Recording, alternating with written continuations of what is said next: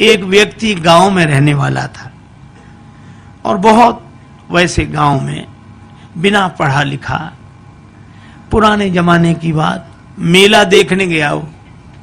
मेला गांव से थोड़ी दूर पर लगता था, 4-5 किलोमीटर पैदल चल के गया। अब मेले में उसने तरह तरह की चीजें देखी, मेला पहली बार देखा था, बड़ा खुश हो रहा था। गांव का रहने वाला आदमी इतनी देर में घूमते हुए गया तो एक जगह उसने एक शीशा देखा, दर्पण, ऐसा आदमकद शीशा जो उसने देखा तो शीशे में उसने स्वयं को देखा। अब वो ये नहीं समझ पावे कि हम ही हैं। और शीशे में जैसे ही इसने देखा तो ये मुस्कुराया और हाथ जोड़ के बोला, भैया राम राम। तो उधर से भी मुस्कुराहट दिखी, भैया राम राम। इसने कहा वाह वाह, बड़े अच्छे भाई साहब हैं, पहली बार मिलने में भी इतने प्रेम से। अब ये कहे और भैया सब ठीक है, तो वो भी ऐसे कहे। बस दुकानदार से बोला, ये भाई साहब कितने के दिए? दुकानदार ने सोचा चाहे कोई दर्पण समझ के ले, चाहे भाई साहब हमें तो पैसे से मतलब। बोले 2 रुपए के। तो मेले के लिए जितना खर्चा लाया था उसने 2 रुपए उसी को दे दिए और दर्पण हाथ में लिया। अब भाई साहब को बार बार देखे, बड़ा खुश हो।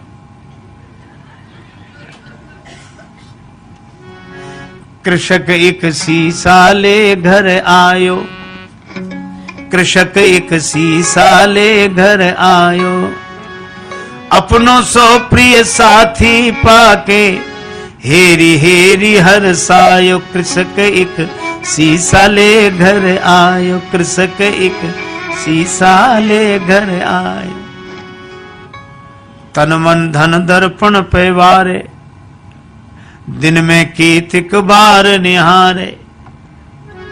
बार बार नतमस्तक है के बैठक में लटकायो। कृषक एक शीशा ले घर, शीशा लेकर आया, बैठक में लटका दिया।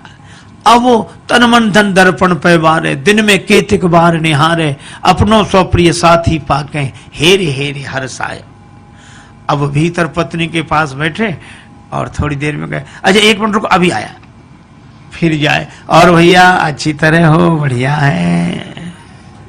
फिर लौट कर आ जाए और मन में सोचे बड़े अच्छे भाई साहब हैं, ना खाते हैं ना पीते हैं और हमेशा मुस्कुराते रहते हैं, प्रसन्न रहते हैं, बहुत अच्छे हैं भैया, वाह वाह। फिर जाए, फिर आ जाए। अब दिन में 2-3 बार ऐसे ही करे तो पत्नी को लगा कि पहले तो ये कभी ऐसे जाते नहीं थे, ये जाते कहाँ हैं?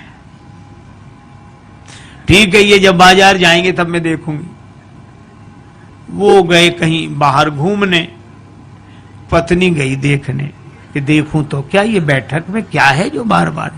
अब पत्नी गई तो वहां तो शीशा था और शीशे में जो पत्नी ने देखा तो उसे अपनी शकल दिखी।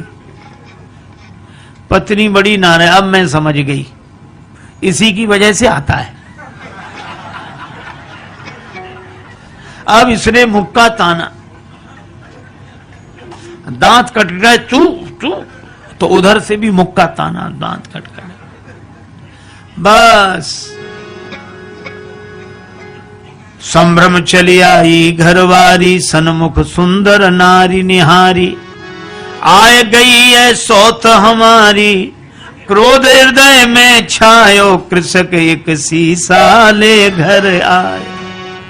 अब उसको बड़ा क्रोध हमारी सौत को ले आया है, इसी की वजह से आता है। और बस भाग पड़ी, बस मैं न रहूंगी, बिस्खे हो या डूब मरूंगी। बिस खा लूंगी, मर जाऊंगी, कुएं में गिर जाऊंगी, बस रहूंगी नहीं, मैं तो अभी जाती हूं चाहे जो कुछ हो जाए। और रोना शुरू किया तो धाई सास बहू रानी ने कैसो रुदन मचायो। कृषक एक शीशा ले घर आए। उसकी सास दौड़ी, क्या हुआ क्या हुआ, बेटी क्यों रो रही है, बहू क्यों रो रही है? बहू बोली, अपने बेटे की करतूत देखो, बैठक में किसको लाकर बिठाया है, और मैं तो रहूंगी नहीं, चली जाऊंगी। और सास बोली नहीं मैं देखती हूं, मैं देखती हूं। अब सास गई और सास ने बैठक में जाके जो दर्पण देखा तो उसे बुढ़िया दिखाई पड़ी। दिखेगी तो सास क्या बोली, अच्छा आप हो भाई, राम राम। वो भी राम राम बोली। क्षमा करना बहू समझ नहीं पाई। फिर बहू को डांट कर बोली, क्या कह रही है तू? बुढ़िया है, वृद्धा माता, हमारी उम्र की है, सेवा के लिए लाया होगा। आई चली सास तत्क्षण में वृद्धा दीख पड़ी दर्पण में। बहू से बोली, अरी बावरी या बुढ़िया पर मेरो लाल लुभायो। कृषक एक शीशा ले घर आए। अब बहू कहे कि नहीं नहीं तरुणी है, और वृद्धा कहे कि वृद्धा है। अच्छा दर्पण ऐसा जो सामने आ जाए उसी को दिखा दे। बहू सामने जाए तो तरुणी देखो ये बैठी, ये बैठी, और सास कहे हट मैं देखती हूं, वो देखे सो वृद्धा देखे। अब सास बहू का झगड़ा, सास बहू का झगड़ा आके ससुर निवारो। ससुर ने कहा क्या है मैं देखता हूं, क्यों ये कलह मचा रखा है। अब ससुर आया, ससुर ने कहा तुम दोनों अलग हो। अब ससुर ने जो देखा दर्पण, तो उसे बूढ़ा आदमी दिखाई पड़ा। तो ससुर बोला, अरे भैया राम राम, आप हो, माफ करना ये समझती नहीं है। दोनों को फटकारा, दाढ़ी वालों पुरुष देख के दोनों को फटकारो। ससुर बोला ससुर, अरी मूर्खाओ, धर के मानो देह लजाओ, मर न गई तुम नारी पुरुष को भेद समझ ना पायो। तुम स्त्री पुरुष का भेद नहीं समझ सकी। सास कहे नहीं है तो वृद्धा बुढ़िया है।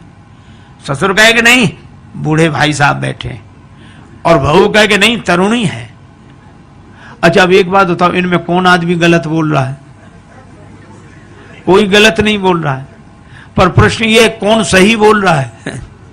कोई सही नहीं बोल रहा है और कोई गलत नहीं बोल रहा है।